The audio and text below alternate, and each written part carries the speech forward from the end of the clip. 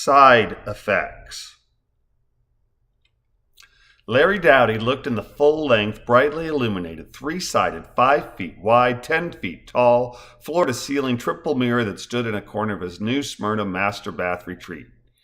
He exhaled deeply as he examined the crow's feet that framed his eyes and shook his head as he pushed back the strands of hair that sat atop his mostly bald pate. Sighing, he said, "I pray our little pill, the fruit of such long labors, ours, is up and running soon. I pray it's everything I wanted it to be, our most successful venture yet, and that it does everything needed by those that suffer, of course." "Of course. Oh, Larry, I hope so.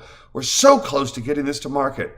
Every time I call the accountants, they have bad news," replied the generation younger, platinum blonde in a bottle woman over her shoulder, presenting her back to him and tapping the base of her neck to indicate that she needed assistance zipping up her evening gown. "You've been talking to the accountant?" "Really? With bills piling up, unpaid?" "Yes. I knew getting a new drug approved and marketed was expensive, but it's taking so long. How are the investors? Still on board?" "We're, he asked, raising the zipper from the small of her back to her C7 vertebrae. "I wasn't aware you were on the board at Rochester Development Company," Larry said with a punch-softening low chuckle that pulled most of the impact from his frosty reply. "And please, Carol, there's no need to fret about this. You know RDC's track record. Creating a product that can enhance the lives of millions is a surefire success strategy. If we build it, they will come, and when we get FDA approval, the money will follow. Our investors know that new drugs take time to develop, time to test, and to market. We just need to focus on getting approval, and then let the marketing and finance boys take care of the distribution side of things." Thoughts of recent cost-cutting measures in the Dowdy home reared on their hind legs in Carol's mind. But choosing the better part of valor, she discreetly ignored her husband's insistence that she need not fret about finances, choosing instead to quip, "And girls, dear, don't be so 20th century. There's plenty of brilliant women to go along with your Wunderkid testosterones." "As if I didn't know that. I mean, just look at you. I married one," he replied, clasping the eye fastener at the top of her dress and patting her pert round bottom. "Ready for a night of frolic with the boys?" he asked sardonically. Carol's face imploded, and for a split second the disdain she felt for their night's agenda telegraphed over her placid facade. Recovering, she replied, "Of course I am, for you, my darling," as she patted her husband's cheek with her hand and turned away, not realizing that the triple mirrors afforded Larry a crystal clear view of her eyes closed in disgust as she walked out of the master bath and through the bedroom. In their 4-car garage, Carol raised her head high as they walked past the empty stall that had recently held their Bentley. She missed the Bentley, but at least they still had the Spider. Carol's heels tip-tapped to the passenger side door, her face again becoming pinched as Larry proceeded to the driver's side without first opening and assisting her entry to the low-slung Alfa Romeo. She quietly hummed the 1978 Barbra Streisand and Neil Diamond hit, "You Don't Bring Me Flowers," as she sat, and then closed her car door as Larry started the car and reached for the button that lowered the convertible's top. Carol's hand snaked out at her husband's rose minutely. She placed her hand over her husband's on the switch and shook her head, nose and mouth pinched derisively, while somehow simultaneously smiling. Larry turned his head to her, cocked it to the side, and wordlessly uttered an interrogative. "We simply cannot drive to the Cape with the top down," Carol answered his unuttered question, "unless, of course, you think the boys would appreciate a rat's nest stew." "Them? No. But I might. Later, when I get you home. We'll see," he said, raising and lowering his bushy brow before opening the garage door and letting the clutch out too fast as he wound his way down the 1/8 of a mile brick paver drive, garage door lowering behind.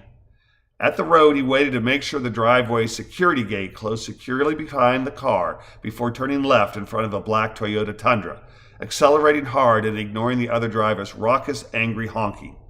Larry looked into his rear view as he derisively blew a kiss in the direction of the truck, shaking his head and smiling as he headed west. Crossing over South Causeway on the A1A, Larry ran a deeply amber traffic light at the Dixie Highway, continuing westward rather than heading southbound on US 1. "Taking the freeway?" Carol asked, surprised but not amused. Well, not much point in taking the Dixie to the club if we can't have the top down. I-95 is faster, he replied, glancing at his wife as if in anticipation of an argument. She said, perhaps, as she pulled her phone from her Hermes clutch bag, scanning for items of interest to entertain her on their 30-mile sojourn. I-95 was not busy, and Larry, pushing the Spider beyond his driving abilities, pulled up to the country club's valet parking 22 minutes after cutting off the Toyota. He exited the car as Carol waited for the guapo Jesus to open her door, his large brown eyes resting languidly on the 42-year-old's shapely legs before offering her his hand, smiling and then allowing his gaze to shift upward from piernas to los senos, an appreciative smirk on his face. Jesus, she said quietly, nodding. Senora, he said, his eyes meeting Carol's and his lips arching upward into a wide-toothed, perfectly sculpted sonrire. Larry stepped off of the driveway and onto the wide sidewalk, offered his arm to Carol as they both assumed big smiles before walking to the glass-doored vestibule that kept most of the subtropical heat out of the club. Smiling and nodding at one another, they paused just long enough to get their bearings and matching flutes of champagne before making their way to the Rochester room. With drinks in hand, they looked at one another, tinkled glasses, and Larry asked, "Ready?" She was. "Yes, you mingle your way and I'll mingle mine," she said, stretching upward on her tiptoes as Larry stooped enough to bring his cheek down for a kiss. "Remember, tonight's mission is to secure financing. Don't blow it," she whispered. They separated and she crossed to the far side of the large room where she soulfully walked to the huge plate glass sliding doors that afforded entry to the concrete and stone patio. Beyond the glass, the moon illuminated a beautifully panoramic view of the Atlantic straight ahead as the lights of Cape Canaveral danced just to the south. She stepped out onto the patio, ticking off on her fingers far more men whom she had entertained there, they in pursuit of pleasure and she riches, than her mere 10 digits afforded. "Well," she said under her breath, moistening her lips with her tongue, "don't blow it indeed. Larry will prostitute himself his way and I mine. There's no rest for the wicked in our power climb."